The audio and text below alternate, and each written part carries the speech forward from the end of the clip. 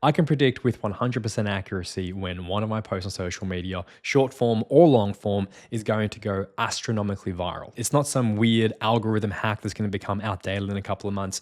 This follows just basic principles of marketing. And we're going to go through it today with one of my viral videos that I used last year that brought in over 100 million views. But more importantly than that, this specific piece of content got me into national newspapers around the world. It got me on national news broadcast stations around the world, got me a lot of new interviews, generated a lot of word of mouth for me and my brand and my business, which is what really matters more than the views themselves. The first thing you want is a high TAM idea. TAM is total addressable market. So this is why I choose something like walking or 10,000 steps instead of talking about how to target your brachioradialis.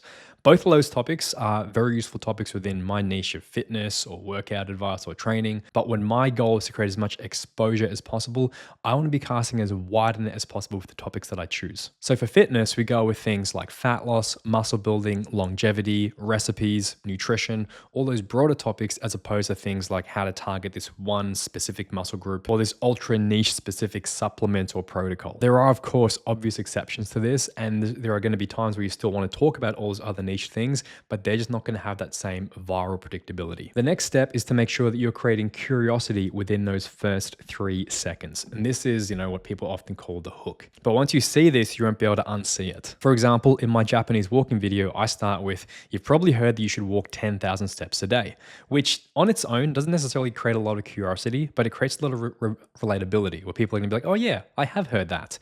And then I turn it around by going, but in 2007, I think it was, or whatever it was, which creates more curiosity and more contrast. All of that achieved in the first 3 seconds. Once you've created curiosity and just gotten someone's attention, the next key is to really pull them through the process by giving them more authority as to why they should believe you or why they should be continuing to watch into this piece of content. So the next part of your piece of content should be all about confirmation. For this piece, for example, I went straight to, but in 2007, Japanese researchers discovered, which does a couple of cool things. It creates even more curiosity, but it also says, hey, here's the credibility to this protocol I'm about to share with you. These Japanese researchers, not just me, some random dude saying, hey, you guys should try this new fat loss hack.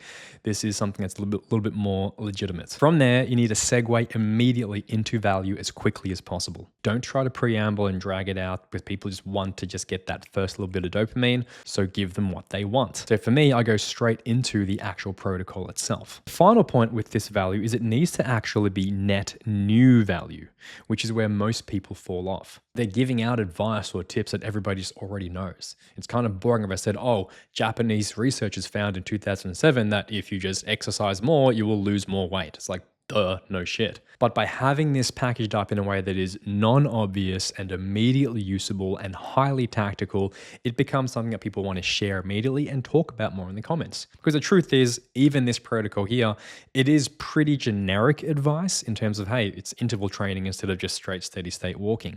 But the package of it as a whole is a slightly unique and unorthodox protocol, but something that's very, very accessible and creates a lot of discussion. As you see it laid out like this here, you can see just how simple this really is, which is why I personally like to focus a lot on all the other bells and whistles, like the production style. I'm thinking about storyboarding this so I can create the right pacing, the right camera angles, shot transitions, fonts coming up on the screen.